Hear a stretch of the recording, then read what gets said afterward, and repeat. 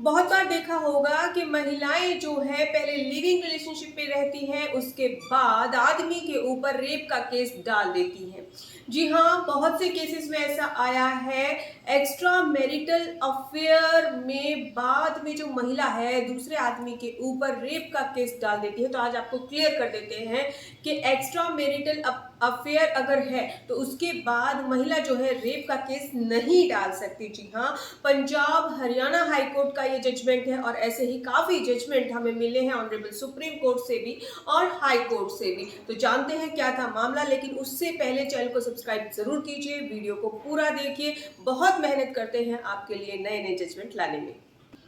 जी हाँ, मैं एडवोकेट पिंकी राजगुरु आज आपको बताएंगे कि क्या था मामला और क्या थे केस के फैक्ट, जिसमें कि क्लियर किया गया कि एक शादीशुदा महिला रेप का केस नहीं डाल सकती है अगर वो एक्स्ट्रा मैरिटल अफेयर में है। इस केस में भी दोनों ही औरत और आदमी की उम्र 50 साल से ऊपर है, दोनों के ही बच्चे हैं और दोनों ही एक्स्ट्रा मैरिटल अफेयर में है, यानी कि अपने बीवी बच्चों को छोड़ के, और वो जो औरत है वो पति और बच्चों को छोड़ के दूसरे आदमी के साथ अफेयर में है। कुछ दिनों के बाद जो है इन दोनों में डिस्प्यूट होता है और जो महिला है वो उस आदमी के ऊपर रेप का केस डाल देती है। इस केस में महिला का कहना था कि इस आदमी ने मुझसे प्रॉमिस किया था शादी का, लेकिन इसकी कोई इंटेंशन नहीं थी शादी करने की, और मैंने इसी प्रॉमिस के ऊपर विश्वास करके इसके साथ संबंध बनाए। तो यहाँ पर honourable Punjab and Haryana high court का कहना है कि महिला ऑलरेडी एक्सेप्ट कर रही है कि मैं शादीशुदा हूँ और शादीशुदा होते हुए मैं एक्स्ट्रा मैरिटल अफेयर किया और एक दूसरे आदमी के ऊपर, यानी कि जो पहले से शादीशुदा है, उसकी इस बात पर विश्वास कर लिया कि भाई मैं तेरे लिए अपने बीवी बच्चों को छोड़कर तुझसे शादी कर लूंगा। ये समझना बहुत ही मुश्किल है कि एक औरत जिसकी उम्र 50 साल से ऊपर है, यहाँ पे एज का कोई वे नहीं है, किसी भी एज की हो सकती है, लेकिन एक औरत जो शादीशुदा है वो दूसरे आदमी जो ऑलरेडी शादीशुदा है, उसके बच्चे हैं, एक ऐसी प्रॉमिस पर विश्वास कर लेती है कि मैं तुझे उन सबको छोड़ के तुझसे शादी कर लूंगा। ये बात थोड़ी सी प्रॉब्लमेटिक है या समझ में आने से मुश्किल है। अब इसमें अगर मेन बात पे ध्यान दिया जाए तो दोनों की एज 50 अबाव है, यानी कि औरत की 51 है और आदमी की 54 है। औरत के भी बच्चे हैं, आदमी के भी बच्चे हैं और दोनों ही एजुकेटेड हैं। यहाँ पर honourable Punjab and Haryana high court ने क्लियर किया कि ऐसे पर्टिकुलर केस में जिसमें कि महिला को पता है कि आदमी शादीशुदा है, वो ऐसे में कैसे विश्वास कर सकती है कि वो उसके लिए अपने बीवी बच्चों को छोड़कर उससे शादी करेगा।